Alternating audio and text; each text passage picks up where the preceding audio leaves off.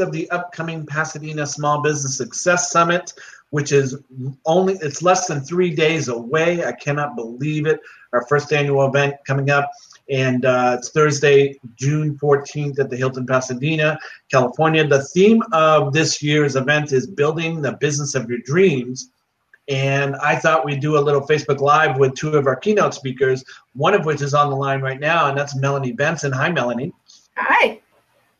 You know, what I find, let me just preface by we're waiting for Jim Palmer to get on his boat to connect with us. But one of the things that I find about people, like in general, who are in business for themselves is they don't really design the business to facilitate what they really want out of their life. They really kind of doing it, number one, they left it for a reason. They didn't want to work for a boss or anybody else. They did think that in some way, shape, or form they could have this higher income, more so they could have freedom, but they really never really thought about designing a business of their dreams. And have you ever had experience with this, working with your clients, that they kind of have stuck in this little bubble and really never thought beyond what they do day to day? And can you talk about that? Yeah. And I mean, I love that this is the theme of the event because so many people create a job for themselves. Right. And they don't have a business that actually lets them have what's important to them. And, you know, I know Jim's really big on this too. I think what happens is we don't start with the end in mind. We just jump right in. And in fact, I was facilitating a retreat these last few days. And one of the big ahas that kept coming up over and over and over again was, wow, I just jump in and I don't really think about my foundation or what I really want. I just get into motion. And it's a really, really common way that people actually end up building themselves a trap, or they build themselves a treadmill that they can't get off of. And yeah, it might be making money. Yeah, it might be actually really successful. But, you know, if you define success by having the time freedom and the flexibility to do what you're passionate about, is your business really getting you that? And I think that's a big part of what Jim and I know the other speakers are hoping to maybe create a big shift around at the Pasadena Summit on Thursday is, what would it take to start creating the business of your dreams right now? Not next year, not someday, but literally like right now. We still have five and a half months left in 2018. There's no better time to create a business that gives you everything you've dreamed of. Right. You know, amen to that. You know, today is the day to start living your life the way you want to live it if you're not already doing that already. And today's the day to think about what is it that you really want from your business. The business is a vehicle. Would you agree? To help you get there.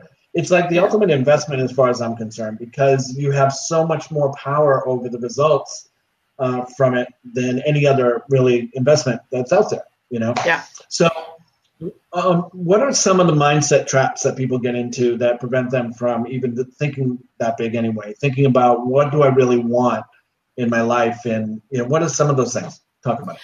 Well, I think a big one is, and you already kind of opened this door, is that I am the doer rather than the owner. Right. So even if we go back to the E-Myth, and I'm kind of curious if everyone here has read the E-Myth at some point on their journey.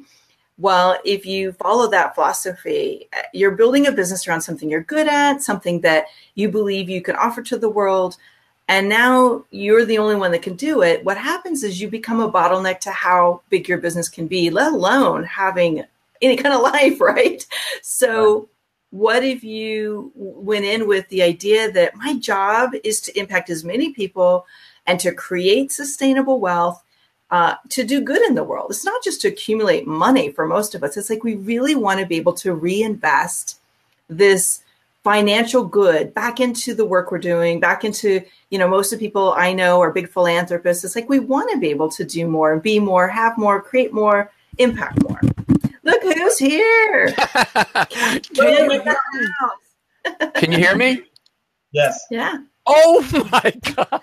Am I good at this technology or what? You should have heard the words I invented trying to find the update. How are you guys? Well, you're here. Glad you're here. We're good. We're so good. We were just talking, Jim, about the mindset traps that people have in their head, or that keep from thinking bigger about building the business of their dreams, you know. So just to wrap up that thought, I'll just say oftentimes we're playing it safe instead of really going for the dream. And that's where we get stuck. Yeah. So Jim Palmer, if people don't know who you are, Jim is my business coach, a longtime friend. In fact, I've known Jim and Melanie for about the same amount of time, which is long. That makes us both all old. I'm just going to say that. Jim, you're going to be... I am very old. We don't want to talk about that. You're going to be a certain age this Thursday at the summit. But you know what? You work with people. You help people design their dream business as what you do. So, what are some of the things that you kind of hear from the people that you work with about why they haven't done it yet? What is it that's been preventing them from reaching the interesting thing is, what they say is almost never the truth. It's kind of like, oh, I'm just looking, or I can't afford that. You know, they. And it's not necessarily like it is their truth, but they're not being real with themselves. You know, Melanie said something a minute ago, and I kind of forget what it is, but they're not thinking big enough. I think people dream big, but they don't do big. And what I mean by that is that if you look at really high achievers and highly successful entrepreneurs, it can be anybody, executives, whatever. There are dreamers and there's doers. And I think one of the big reasons why big dreamers don't actually build their dream business is that they don't play to win, they play not to lose. Mm-hmm. And, you know, there's people, they said, well, you know what? I've got my house. I'm not going to put that at risk. I've worked really hard to have these 2 cars. I'm not going to downgrade. I'm not going to ask my wife to downgrade. I'm not going to tell her we can't go out for sushi every Saturday. That's been our deal for 12 years. I'm not going to tell the kids that they can't play drums and karate and dance and singing lessons and soccer. They can't do all that. It's not their deal that I'm starting a business. You know, they have a big dream. And they're here and they want to get to here, but they're not willing to go through a little bit of mud and muck to get there. And so that's playing not to lose. I'm only going to place really small, safe bets so I don't lose what I have. And when there's no risk, there's no reward. Yeah. Right. I'd love to add on to that too. Just the second thing, I totally agree with everything Jim said. And then I think people get stuck in the how. So there's a gap between the dream and what they know how to do or what they believe they can do. And obviously that's a big part of Thursday is starting to learn some of the how. But if you let how get in the way, you will never know how until you're all in, fully committed. As Jim likes to say, you've decided. Mm-hmm. And then you start making decisions from a very different place and you're more resourceful because you're committed. You're fully committed. And I think that's the second wave of that is you got to stop playing not to lose and you've got to be all in. And then you've got to let go, knowing how to do each step along the way. You'll figure it out. That's true. And not to dump on it, not to give our entire presentations right here. So nobody will come on Thursday. But you know, what's interesting is that, and I've, you know, social media can be helpful, but it can also be a real problem. You know, when I talk to certain people, I talk about when opportunity comes around, people will, and you will know like almost immediately your gut, your heart, your mind, your soul, your whatever's going on down here, you know it's a good thing and you should go for it. But most people, they become well, I'm going to wait. I got a mastermind coming up in 60 days. I'm going to take it to those people, but let me post to social media. Have you guys what's your experience with this? And let me hear from 42 other people before I just grab that brass ring and go for it. And people who achieve really big things, they do not, Melanie said, one of my books, Decide, I'll say another one. They just say yes. And they take the first step, not knowing necessarily what steps 2, 3, and 4 are, but they just know this is going to be good. And yeah, it's a little scary, but that's okay. We're going to go there. Again, it really comes down to playing small ball. And I'm going to really talk about that in a big way on Thursday. Well, Jim, since we have you here, so talk about your book, Decide. And maybe the genesis of the book and what it really means for the people that will be attending the summit. So this is a book that is the equivalent of me laying on my therapist's couch and pouring out all my past sins of being a wussy entrepreneur and all the things that were holding me back. I call them my demons, the fears that I kicked to the curb. I mean, the most embarrassing thing about this book is that I did not put Melanie on as a co-author because she is all over it. Melanie has been my mindset coach and secret weapon for so many years. And the very title of the book, I started writing the book before I knew what it was going to be called. I only knew, Craig, that I didn't want to put a picture of a brain and say, mindset, because there's so many mindset books. It is a mindset book, but it's really an adventure in how when you play small ball, then when you decide to kick your demons to the curb. So I share a lot about that in a very transparent way, but I also talk about how I got out of some of the sand traps that I was in constantly in my business. But how the book title came about, somebody asked me on a podcast, up until about Thanksgiving of last year when I started the Facebook group, I did about 100 to 150 interviews a year. And then I kind of slowed that down because of the time commitment for the other thing. But somebody said, so Jim, what's the one, and if you've done interviews, what's the one thing you can do? What's the one book? I was ready for that question. And they said, what's one word that would most, in your opinion, signify the difference between an average entrepreneur and a highly successful entrepreneur? And I said, decide. Highly successful people have the ability to look at a problem, a challenge, an opportunity, and they quickly decide, yes or no, this is good for me, this is going to keep me moving forward, or no, and those are good decisions. No, I'm not going to make a decision, which is I'll think about it, I'll put it on the back burner, anything like that. That leads you to a place I call Squishyville, which is where opportunity goes to die. And so, Melanie, you contributed to that book, evidently, right? Yeah, evidently, yes. Only half of it. This was very flattering to be quoted so many times. I knew my friend was paying attention when he quoted. I'm going to buy you lunch on Thursday. Okay, cool. Yeah, it's they have these gourmet salads I hear at the event. Anyway, Great. So Melanie, you must come across this problem a lot amongst the people that you work with. Can you talk a little bit about, on a global scale, what that means for, I guess, most entrepreneurs? Yeah, you mean getting stuck in the how, or getting into Squishyville, as Jim calls it? Squishyville, yeah. Yeah, so really this is, we're talking about being the mindset of a high achiever. Well, really what we're talking about is how to be a high earner, how to outperform your wildest expectations of yourself. And one of the things that's oftentimes missing is the belief in yourself. See, when you don't believe in yourself, you come up with every excuse in the book to not do something. You will find a rationalization. Your logic mind will scream at you, this is not my thing. This won't work for me. It's not aligned, right? Like, we will totally talk ourselves out of the right thing to do. And I believe that most people actually have a sense of what they could be doing. But as Jim was saying, they're risk averse, so they talk themselves out of it, or they truly have this confidence lack. Maybe they've been burned before. Maybe they failed so many times. They've created like this pattern of failing, and now they think that's all they're going to do. Maybe they've invested money in mentors and trainings and workshops and all this stuff, and it's like, it hasn't worked for me. Here's the thing. You can't afford to let what's happened up to now dictate what you do next. You got a dream. If you want to accomplish something, if you want to have a greater impact, if you want to have freedom to do what you're passionate about, you have to keep that commitment and then bring in the right mentors, bring in the right training to course correct and shape your destiny based on taking the right actions over and over and over again.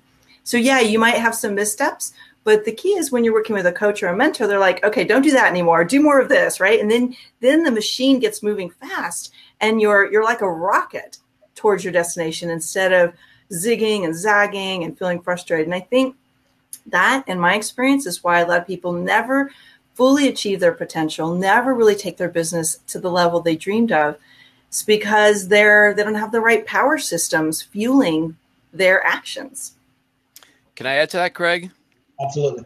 I think people make decisions for a couple different reasons, but I think when you're a new entrepreneur, there's nothing more powerful than going from just a W-2 employee to not working for the man anymore and really taking control of your life and all the glorious and romantic ways we attribute to owning your business and being an entrepreneur. And doggone if your business card doesn't say president, founder, king of the hill, whatever you want it to say, right? And so and as you start to have some success, you're fueling your ego. And I think it's very healthy to have a strong ego as an entrepreneur because it can be a very lonely place. But for me, one of the things I talk about in the book Decide was I was holding on to decisions that had to do with my ego.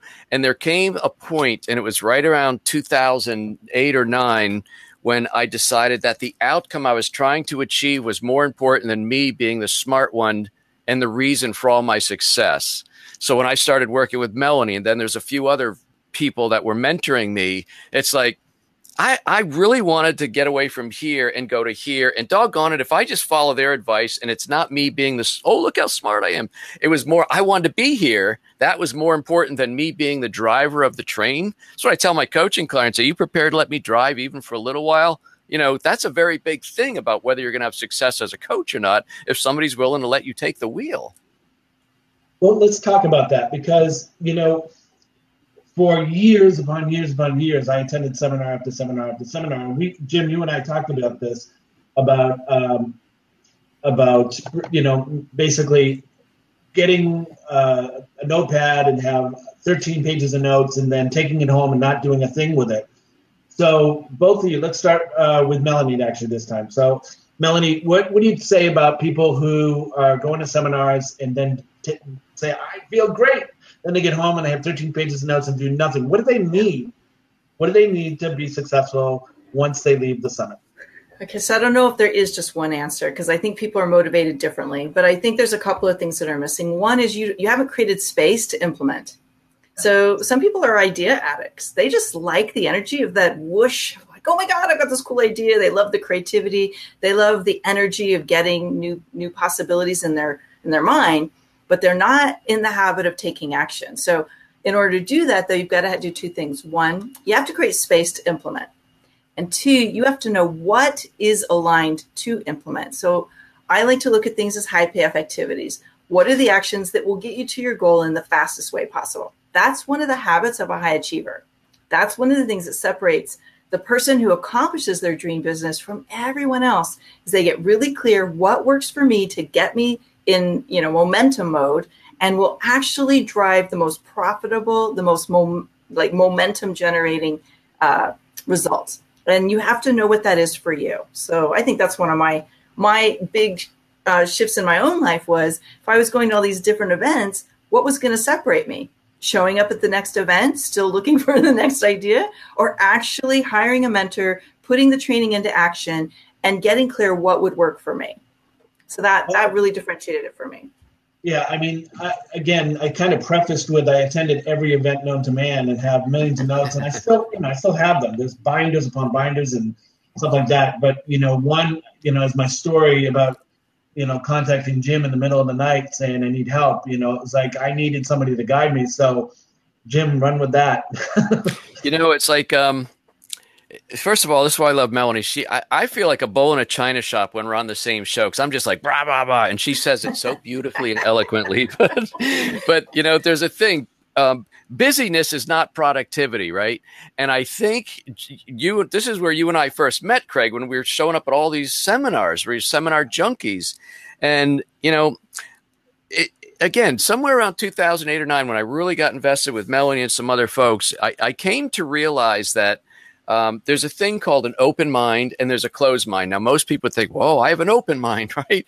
But I think you can have a mind that's too open. And what I mean by that is I need to learn one more thing. Oh, if I can just figure out what's that one widget, what's that one funnel hack, what's that one fill in the blank, whatever the current buzzword is that you're going to get and only get at this seminar. And then I'm going to put the pedal to the metal, right? And so it's like a crutch. And it's a substitute for us stepping up and manning up or womaning up or whatever you want to say and actually moving forward. So there was a point where I actually had to get real with myself. And I said, the reality is I already know what I need to know to significantly improve the growth of my business. It's not like I'm going to stop reading or stop, taking more. But this thing where I'm, oh man, super conference is 4 months away. So let me just lay low. Not that I'm going to lay low, but there's always some reason why you can't put yourself out there. And I think that busyness that is created when you go to an event, you also feel good when you go to an event. Look at me, I'm at an event. Selfies, pictures. Hey, I'm spending the day with so and so. Meanwhile, it's like he's on the way to the bathroom. Can I get a picture with you? Okay, yeah. Like he's spending the day with you, right? And it's this whole thing we get caught up in. And once again, when I realized, gosh, these seminars are all starting to sound the same, number one. And number two, as I said, I had this revelation. I know what I need to do. I need to go out and speak more. I need to start doing my own event. There's so many things that I already knew, and I just had to man up and do them. Right. And you had this Carmen Torres saying, hi, everybody. Carmen! Hi, Carmen! See you in a couple of days. And that's the thing, right? We know what we should be doing, but, is it fear that holds us back? Is it overwhelm, not knowing the very first thing I should do? I think people are looking for immediate results. Mm-hmm. Like, what's the thing that will give me money right now? I know that's crossed my mind. I mean, I belong to, I don't know, probably about 10 different membership platforms, Frank Kern, Digital Lab, everybody I got, right? And I know it's available to me when I need it, but I don't go there and listen to courses for an hour at a time to go through. So I'm thinking, what's the one thing I can do right now that'll generate the fast cash? What do you have to say about that? Let's say Melanie. Most of the time we make it way too complicated. Sorry to break the news, but right, like we're like, I got to design this launch and I've got to, create all these video drips. And yes, you do. That will work. But I think if you need money now, and if we really want to talk about like fast path to cash, what's the low hanging fruit? Who are those 12 people you never called back? They wanted to work with you. They were interested. You got busy or you did your thing where you kind of get into your sales procrastination, right? There are fast paths. Like for me, it's, can I speak? Can I, get on someone's podcast? Are there people who are kind of in my radar that I could pick up the phone and say, hey, here's what I'm doing. Is this something that would be aligned for you or someone you know? Like be an intentional activity instead of the flurry of doing 70 social media posts, hoping somebody catches on and wants to do something. And this kind of brings up something. It has a lot to do with the trends right now in marketing.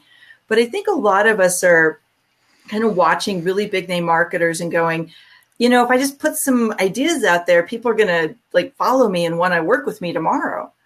Look, people are missing that real connection with each other. And it's one of the things that moves the needle quickly, bringing money in the door. So I say you got to figure out what your low hanging fruit is. What's the thing that's right in front of you that you did before and it worked, or you haven't done it, but it would work, and just do it. I feel like a Nike commercial. Just do it. Anyway, Jim, what do you have to say? Yep. So you're always working on two different levels as a business owner. You're working on current business and future business, and you really have to balance the two. If you're a consultant, for example, and you've got like 3 or 4 projects, big clients, busy, juggling. Next thing you know, the projects go complete, and you go, oh my God, I've got nothing in the pipeline. You always have to be feeding the pipeline. So there's future business that's going to keep going. That's number one. Dig your well before you're thirsty, to quote Harvey Mackay. The microwave oven is a pretty handy thing. I can heat up tea in a minute, 38 seconds, but I can't microwave success, right? It's like every business, no matter if it's product related or service related, is built on relationships. And other than Danny Bonaducci, the Partridge Family guy who proposed to his wife on the blind date, it usually doesn't work. Well, it didn't work for him either, right? You can't go, hey, I'm Jim. Do you want to join my coaching program? So, you can get fast results in certain areas of your business if you've been in business for a while and you have current customers or past customers. You can do some things. But the reality is, and this is where, I think this whole people desire instant results is really dangerous because you're going too fast. I'm a big fan, and it really wreaks havoc with some of my clients when I say you have to slow down the sale. Stop going from an opt-in where here you can get my special report to your $42,000 program. How about give them a $7 item? Take them to 97. In 30 days, they're going to sample and have some results. Maybe they'll do something for $497, and you walk them up the ladder. You'll actually have a client longer. It'll be more profitable if you do it that way, because honestly, people that want quick success and they buy your program, it seldom goes well because you don't have a good relationship. There's no track record. You haven't taken the time to develop trust and things like that. And next thing you know, they want refunds and the whole thing's blowing up. So that's not good news if you're really starving right now and you need to generate cash really quickly. I hear Dante, I think, so, but there are things that you can do. I actually, as you know, Craig, I taught some of that in my 30-day program, quick cash strategies, but that's not the way you run your business all the time. It's like going from one crisis to another. There's some things you need to put in place to have reliable, predictable, dependable cash flow. I say ditto. Ditto. So eloquent. So we have a few minutes left. Everybody, can you stay for about 10 minutes more, or everybody? Or okay. 10 minutes. My dinner's ready. It's getting cold now. I'll give you 10 minutes. Well, I appreciate that because we're showing the house at 5, so I got to get the heck out of here. So anyway, so let's talk about. So we brought up mentors. So Jim, who are some of your mentors, and how did they shape you? I know one of them is right on here on Facebook Live. So Melanie is my favorite, but Dan Kennedy, I would say, is my biggest mentor. I mean, Dan Kennedy turned my life around. There's a big difference between an entrepreneur and a small business owner. It's one of mindset, and Dan Kennedy taught that to me, taught me about multiple streams of revenue, about leverage, all that. As you know, Craig, I through Mike Capuzzi, I read one Dan Kennedy book, and I went and ordered every other book. It hit me that hard. And, right. And then obviously Melanie, has really been instrumental fixing my mindset.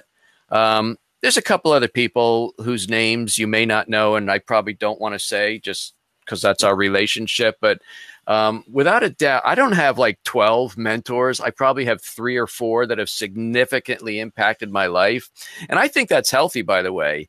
I mean, you don't want to go out there solo, because I think everybody is blessed with a skill and a talent. And if you can develop a business around that, that's cool. But if you start growing and you start getting revenue and customers, next thing you know, you're going to have to become an HR person. Maybe we know somebody can teach us HR. You're going to have to become sales or marketing or the bookkeeper and the lawyer and all these hats we have to wear initially just to get going.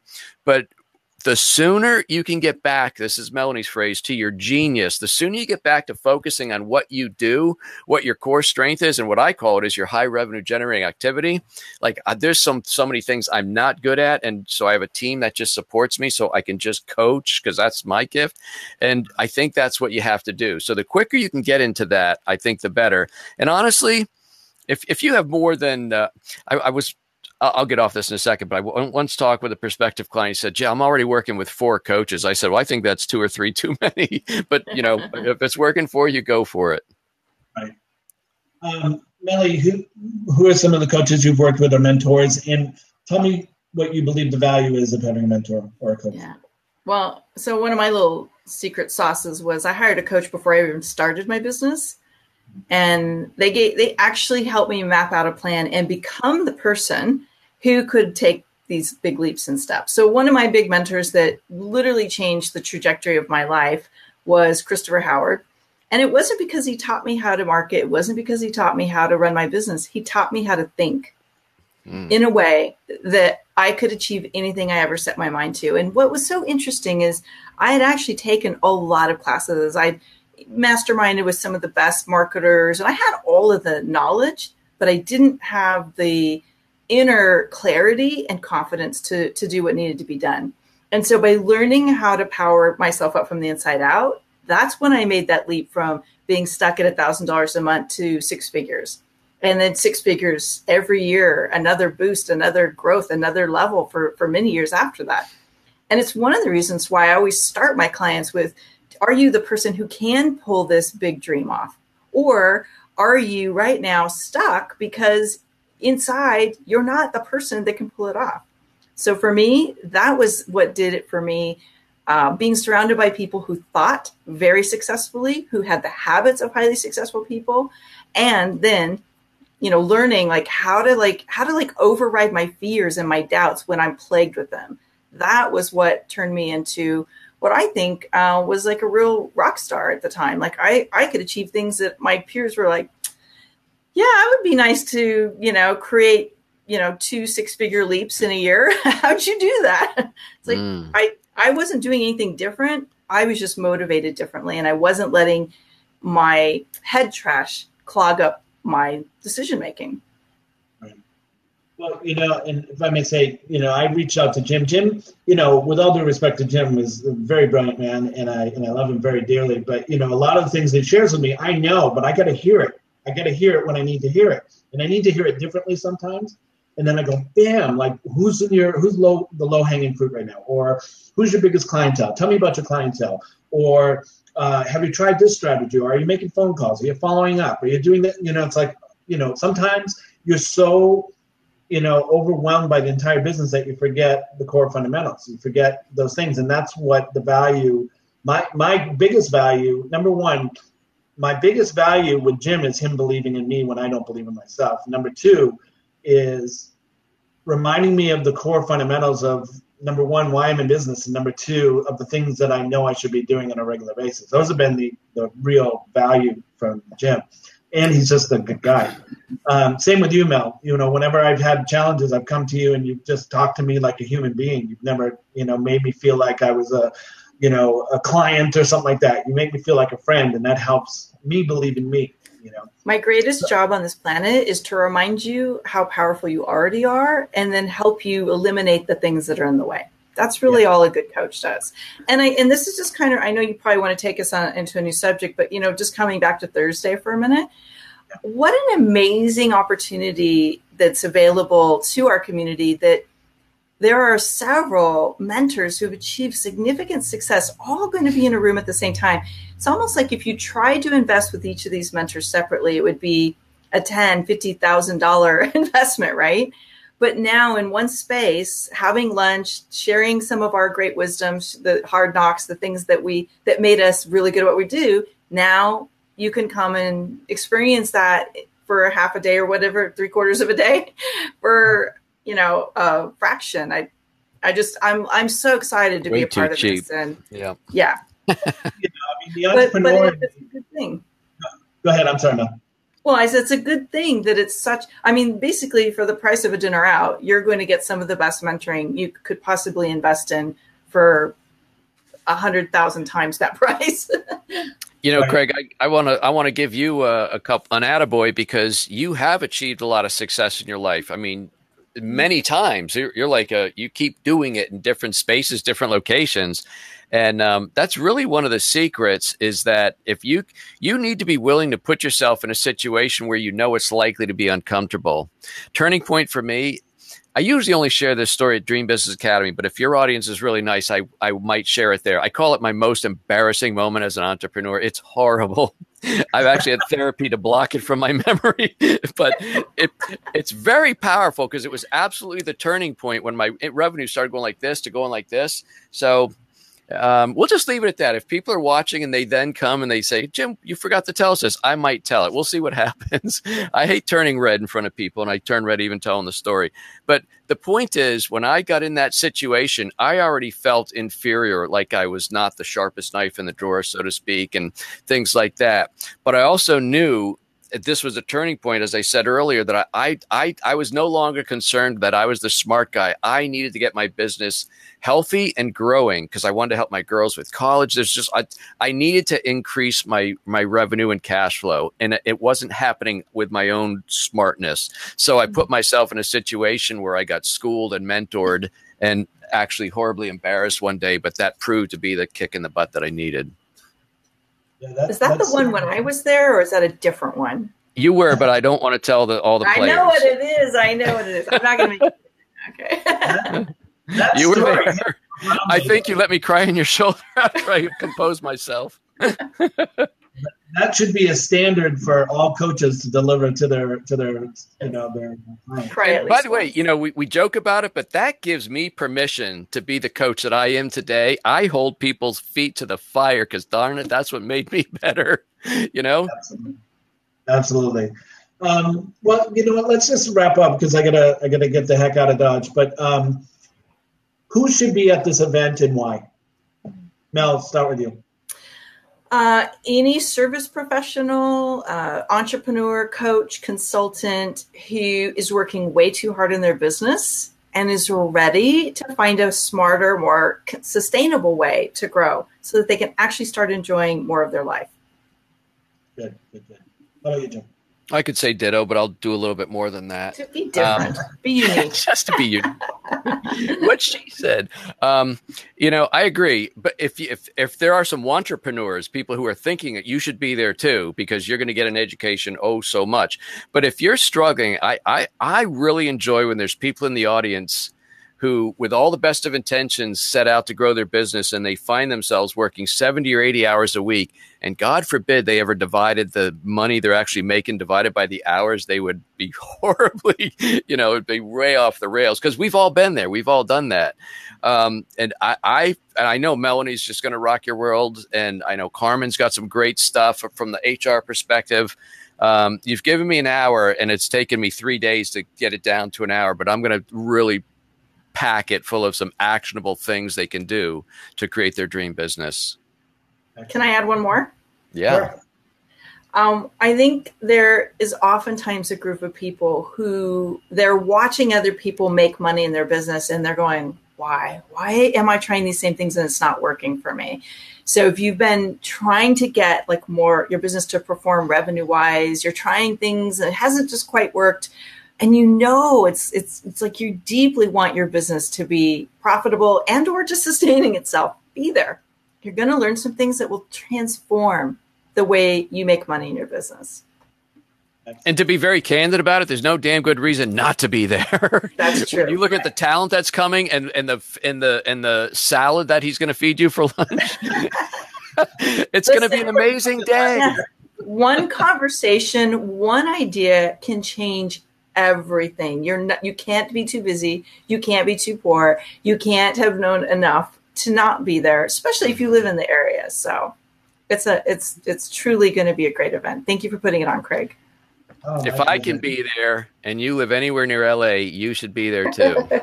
Jim's coming from his boat in Maryland, so on his birthday, nonetheless. What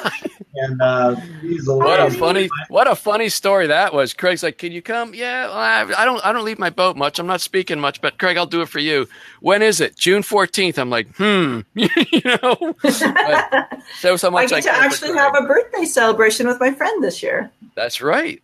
Yeah, we're going to do a little something after the event for you, very special for you. But, part of the reason I did create this event so cheap is just to eliminate the excuses for being there. But yet there are people who still have excuses for not being there. And that's unfortunate for them. Hopefully all the testimonials from the people who attend will incite people to come next year. But I have the reality, Craig, the reality is that's just the way it's been that way forever. 80% of small businesses fail within 5 years. It's been that way since they started recording time on a tablet, and it'll probably never change because that's human behavior. You can make something so attractive and irresistible, and there's still going to be people who will find reasons not to do it. So whoever shows up, this is my rationale. Whoever shows up in that room is meant to be there, and we're going to just rock the world from 8 to 3:30. Well, a little inside baseball for those watching. We have less attendees signed up at the moment, but those who have signed up are those people who want to be there. Last year at this time, we had a couple speakers bring people with them to support them, and they were good attendees and they got value, but they were there for the reasons of supporting the speaker. This year, every single one of them has come because of the entire lineup, because I've spoken passionately about who's going to be there and what the whole thing's about. And so it says something about the people who have signed up. So I'm very excited about that. And by the way, there's still 2.5 days left to sign up for the summit. So Jim and Mel, if you'll hold on, I'm going to promote the summit a little bit here for a second. Oh, please do. So if you're not familiar with this Pasadena Small Business Success Summit, it is happening this Thursday, June 14th, at the Hilton Pasadena Hotel. And it